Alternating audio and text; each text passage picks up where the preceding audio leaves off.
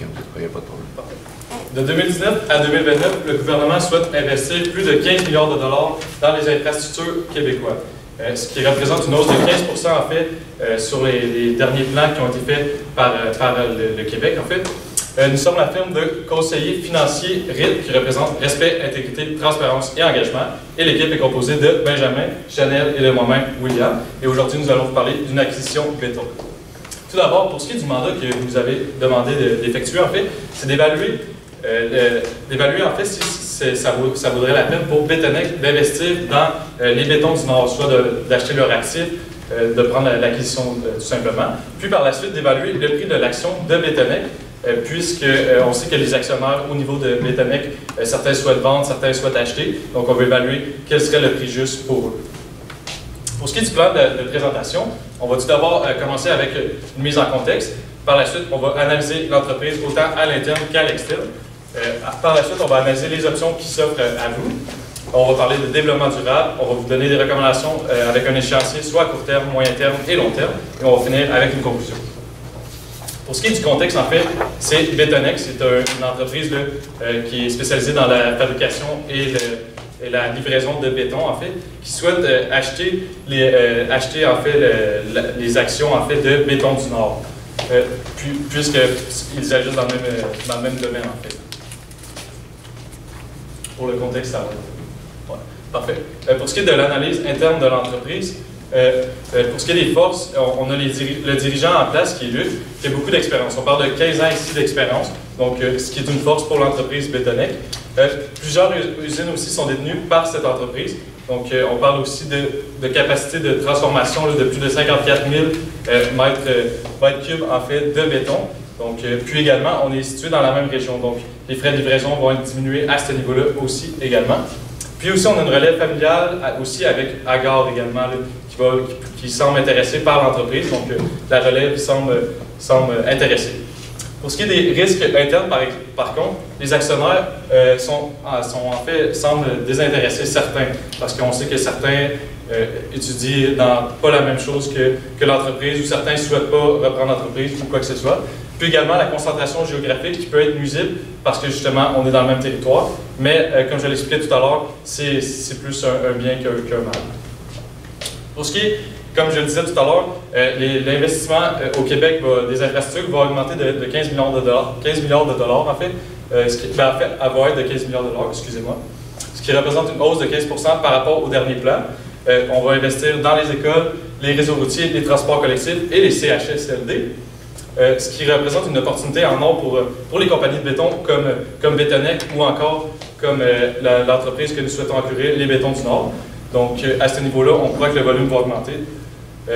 Également, on souhaite acquérir les Bétons du Nord pour vraiment se diversifier au niveau de la géographie ou encore avoir plus d'usines pour faire un plus grand volume de béton. Puis également, on va pouvoir aussi réduire les principaux coûts variables, comme on va en parler un petit peu plus tard dans le développement durable avec l'essence ou autre. Alors, pour ce qui est du risque externe, en fait, de Bétonec, on parle ici du risque de réglementation. En fait, on sait que le domaine de la construction a énormément changé si on remonte aux années 70, que ce soit au niveau des soumissions. On est beaucoup plus de nos jours au plus bas soumissionnaire. Avant ça, on pouvait plus évaluer quel soumissionnaire le gouvernement du Québec aurait préféré, tout ça. Alors, dans les 10 prochaines années, ça pourrait changer aussi. Et il faudrait, ce qui représente un risque externe en fait pour Bétonec. Ensuite, le risque environnemental, c'est très d'actualité au 21e siècle. En fait, il faut être très minutieux au niveau des démarches à suivre dans la transformation de béton. Et puis, si jamais l'entreprise dévie de ces choses à respecter, en fait, eh bien, ça pourrait être un risque au niveau de l'environnement, ce qui amène au risque réputationnel.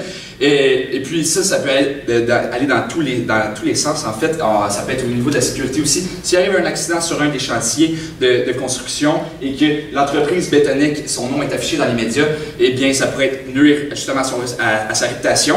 Et ainsi, même les créanciers n'aimeraient pas ça et pourraient même se retirer du groupe, en fait. Alors, l'analyse des options, un peu comme William l'a expliqué, c'est la compagnie Béton du Nord, le propriétaire, en fait, serait prête à se départir de ses actifs productifs pour 3 millions de dollars. Alors, nous avons évalué si en fait ces actifs valent vraiment 3 millions de dollars et ainsi est-ce que nous devons acquérir les actifs de Béton du Nord ou non. Alors, première étape, en fait, c'est d'analyser les résultats historiques de Béton du Nord. En fait, on peut voir que les revenus sont sensiblement stables entre les 2 dernières années financières. On parle ici d'une entreprise qui génère environ 4,5 millions de dollars de bénéfices pour l'année 2019 et qui est capable de générer un bénéfice de 38 000 dollars, ce qui n'est pas des marges énormes, mais l'entreprise reste est capable de faire des bénéfices. Alors, pour faire l'évaluation de l'entreprise, nous avons trouvé le taux d'actualisation. En fait, le poids du capital action est de 13% selon la structure de financement qui avait été suggérée par les créanciers et le fait que M. Tremblay est capable d'injecter 400 000 $ dans cette acquisition.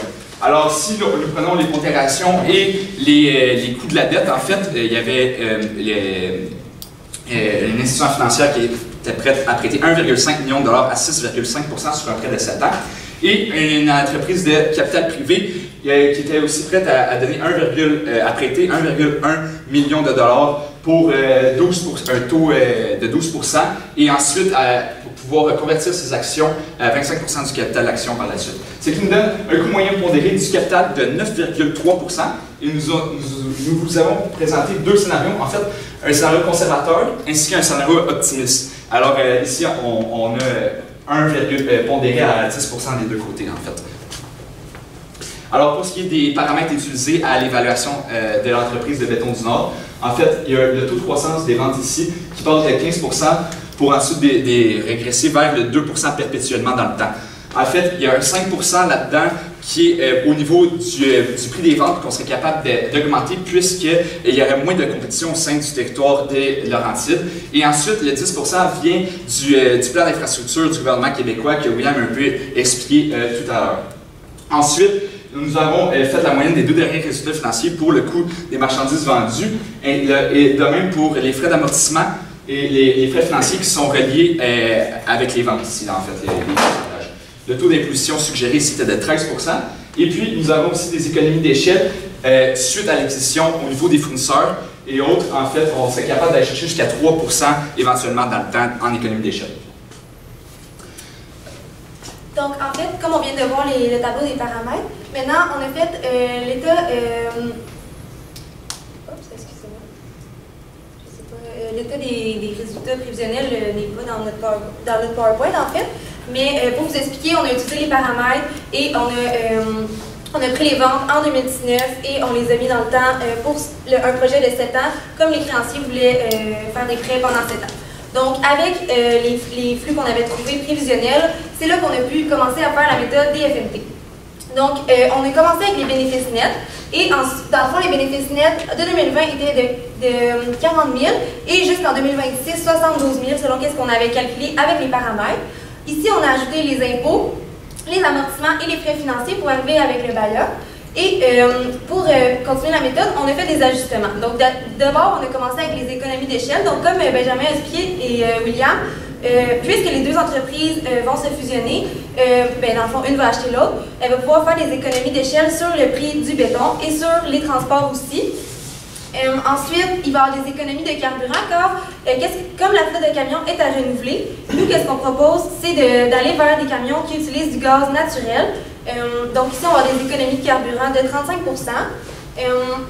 Ensuite, il y a des ajustements au salaire de la direction. Donc, comme on achète la compagnie, puis notre direction est déjà établie et a déjà une notoriété, comme William le dit, excusez-moi, on va pouvoir aider à relocaliser les membres de la direction. Donc, ça fait une économie de salaire, mais ça fait aussi une dépense parce que nous, on veut vraiment les aider à les relocaliser pour pas juste faire les mises à pied. Donc, on a mis une dépense de 10 000 $ pour ça, juste la première année, parce qu'on veut vraiment les encadrer et les envoyer vers la bonne place où est-ce que leur expertise va être reconnue autant qu'elle l'était dans leur ancienne entreprise. Ensuite aussi, on va faire de la formation pour la santé et sécurité parce qu'on le sait justement avec la réglementation et tout, c'est difficile pour les employés des fois de comprendre toutes c'est quoi les notions de la santé et sécurité au travail, mais c'est vraiment important, puis nous on veut mettre ça de l'avant, donc on est prêt à réinvestir jusqu'à 10% du bénéfice net dans la formation de santé et sécurité. Ensuite, il y a des dépenses pour les fournisseurs de béton parce que, comme on a dit aussi, nous, on va aller vers un type de béton qui peut pas être réutilisé, mais qui peut être chauffé de différentes manières avec la géothermie et des choses comme ça. Et il va aussi y avoir des synergies quant aux dépenses d'administration, donc on a enlevé 25% pour les dépenses d'administration. Donc, le bailleur redressé nous donne du début à la fin environ 445 000 jusqu'à 940 000. Ensuite, on l'a mis à l'impôt à 13% comme qui était suggéré. Donc, nos flux monétaires ajustés de 387,5 000 à 818 000.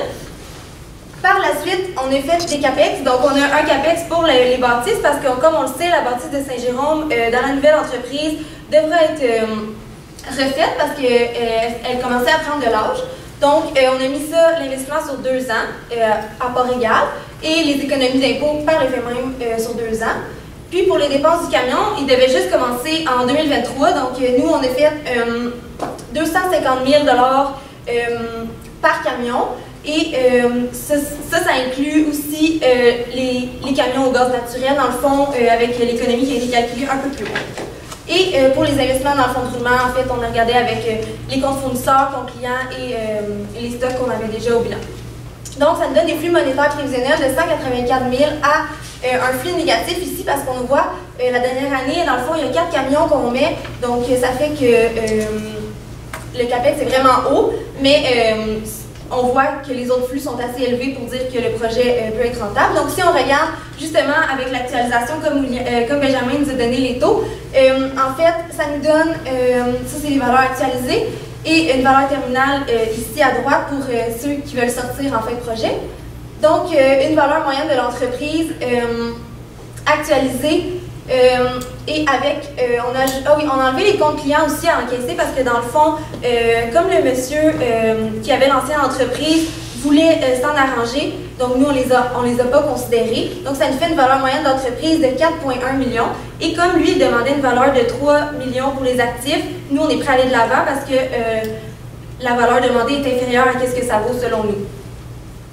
Ensuite, pour les états historiques du groupe Bétonnec, on peut voir que cette entreprise-là est vraiment rentable, elle dégage plus d'argent aussi que l'entreprise qu'on veut acquérir. Donc, on voit que c'est vraiment une entreprise qui connaît le secteur aussi, comme on l'a dit, avec sa notoriété au niveau du management, et elle sait comment dégager des liquidités. Donc, on peut croire en la pérennité de cette entreprise-là. En fait, les paramètres ici utilisés sont sensiblement les mêmes. C'est seulement que les méthodes utilisées sont les mêmes, mais vu que ce n'est pas les mêmes résultats historiques, on a certaines différences au niveau des frais financiers, frais d'amortissement. Et pour l'économie d'échelle, nous avons opté pour les mêmes paramètres, puisque au niveau des frais d'approvisionnement, les deux entreprises vont être capables d'aller chercher l'économie d'échelle ensemble. Alors, ce qui nous donne notre état des résultats prévisionnels, en fait, sera capable, nous prévoyons que l'entreprise Bétonnec serait capable de chercher un chiffre d'affaires de 18,7 millions de dollars jusqu'en 2006. Ce qui nous amènerait un bénéfice net de 145 000 après 7 ans. Et si on regarde encore avec la méthode des flux monétaires, en fait, le même principe s'applique aussi pour cette entreprise-là. C'est juste au niveau des ajustements, on a fait certaines modifications pour ne pas effectuer une double comptabilisation, en fait. Alors, les frais de la direction, dans ce cas-ci, ne sont pas applicables puisqu'on garde la direction de Bétonnec pour opérer les deux entreprises. Mais pour ce qui est des économies de carburant et gaz naturel, ça s'applique encore ici parce que ça serait dans l'éventualité d'amener des camions au gaz naturel et ainsi économiser des frais de carburant. Même chose pour la formation en santé et sécurité au travail et pour le fournisseur de béton aussi, qui serait plus un fournisseur qui cadre dans les valeurs de l'entreprise Bétonnec. Et ce qui nous amènerait à des flux monétaires ajustés quand on enlève l'impôt entre 520 000 et 1,3 million. Et pour le CAPEX, nous avons décidé si on veut soutenir la croissance des ventes ainsi que le renouvellement de la flotte, un CAPEX de 500 000 $ net, aussi avec les ventes des anciens camions qui ont quand même une certaine valeur quand on fait le renouvellement, moins les économies d'impôts, ainsi que l'investissement dans le fonds de roulement, ce qui nous amène à des flux monétaires prévisionnels discrétionnaires de entre 110 000 $ et 851 000 $. Alors, la même technique d'actualisation s'applique ici, c'est qu'il nous amènerait à une valeur d'entreprise, une branche entre 6,6 millions de dollars pour notre scénario plus conservateur et de 9 millions de dollars pour le scénario plus optimiste, ce qui nous amène à une valeur d'entreprise moyenne de 7,8 millions de dollars. Et c'est la valeur ici que nous recommandons pour les actionnaires qui veulent vendre leur part. En fait. Et il ne faut pas oublier aussi que l'entreprise de capital privé qui aurait une option de sortir pour 25% du capital action. Alors la valeur terminale ici de 25%, la moyenne des deux valeurs ici, ce serait de 3 millions de dollars. Alors, comme on l'a parlé aussi, il y avait des actionnaires qui semblaient un peu plus intéressés et d'autres qui semblaient un peu plus désintéressés en fait. Donc, Agor, lui, qu'est-ce qu'il propose? C'est un des petits-enfants. Il voudrait racheter les parts des autres petits-enfants, donc Tatum, Carl et Laura. Donc, chacun des petits-enfants avait 5%. Et si on a bien compris, Tatum était moins intéressée, elle n'avait pas la tête encore à négocier, mais Carl et Laura avaient besoin de fonds. Donc, la valeur que Agor devrait leur proposer serait d'environ 392 000 $. Mais si on va avec l'acquisition, dans le fond, il faudra ajouter 5% de la valeur de l'entreprise qu'on a calculée tantôt et enlever la valeur marchande des dettes, excusez-moi, pour s'assurer qu'il fasse la bonne offre à ses cousins ou frères et sœurs. Pour ce qui est de quelques notions de développement durable, en fait, comme Chanel l'a bien mentionné tantôt, on veut aller vers des camions de gaz naturel plutôt que des camions à essence. Donc, on réduirait notre empreinte écologique. De plus, on sauverait 35%, comme Chanel l'a mentionné également, sur les frais d'essence, les frais variables. Puis, on peut obtenir une subvention de 30 000 $ également sur les achats de camions à gaz naturel. Donc, au niveau fiscal, on va y voir un avantage. Également, on veut s'associer à des départements qui favorisent le développement durable. On sait que le MIT le fait, ou encore on veut s'associer à des universités ou des gens qui travaillent dans le développement durable pour vraiment nous conseiller sur ce qui peut être fait. En fait, on sait qu'il y a déjà des entreprises dans le même domaine que nous qui l'ont déjà fait, comme on voit à la prochaine diapo, Portland Cement qui a fait cette démarche-là, puis ça a bien fonctionné pour eux également. Également, il y aurait d'autres possibilités comme le rayonnement solaire et la géothermie, comme Chanel l'a expliqué un petit peu préalablement. Mais on n'a pas pris en compte dans les calculs parce que ça demanderait un investissement trop énorme pour le moment, mais éventuellement on pourrait y aller avec ça. Pour ce qui est des recommandations à court terme, on voudrait revoir les finalités du financement, comment on va se financer, puis finaliser les papiers avec notre banque ou peu importe. Également, on veut faire le vote des actionnaires auprès de notre entreprise, puis faire la lettre d'attention à l'entreprise qu'on souhaite acheter également. Alors, pour ce qui est des recommandations à moyen terme, en fait, ce serait vraiment le partage des responsabilités entre les deux entreprises, s'assurer de la bonne fusion, justement, puisqu'il y aurait des membres de la direction à licencier, mais aussi s'assurer du relais entre les deux équipes. Ensuite, ça serait de chercher le fournisseur dont on vous parlait tantôt, qui vient vraiment rassembler les valeurs de notre entreprise et puis des valeurs de développement durable et environnemental quant à leur pratique à la création des éléments pour faire le béton, en fait. Alors, vraiment prendre la recherche et signer un contrat avec ce fournisseur-là. Et ensuite, faire la relocalisation des anciens employés de la direction, en fait. Pour les recommandations à long terme, en fait, on va aller pour l'intégration des nouveaux employés avec des sondages de satisfaction. Donc, comme on a mis deux entreprises ensemble, puis que nous, on considère juste les postes de direction qu'on va enlever, tous les autres employés, aller dans un nouvel environnement de travail, un nouvel gestionnaire avec des valeurs différentes, c'est important pour nous qu'ils se sentent à sa place autant que dans l'ancienne entreprise. Donc, la solution qu'on a trouvée, c'est de regarder avec des sondages de satisfaction comment ils sentent son intégration, puis qu'est-ce que les gestionnaires peuvent faire pour qu'ils se sentent encore mieux. Et on va regarder aussi l'avancement des camions électriques, parce que là, nous, on a suggéré des camions à gaz naturel, mais éventuellement, le but futur dans un prochain mandat serait d'aller vers des projets vers les camions électriques. Donc, nous sommes la firme RIT, ce qui veut dire respect. Respect parce qu'on respecte les travailleurs. Intégrité parce qu'on vous a rendu un travail intègre qui prenait toutes les parties en compte. Transparence parce qu'on vous a montré tous nos calculs. Et engagement parce qu'on s'engage à vous rendre le meilleur produit final possible. Merci, nous sommes prêts à répondre à vos questions.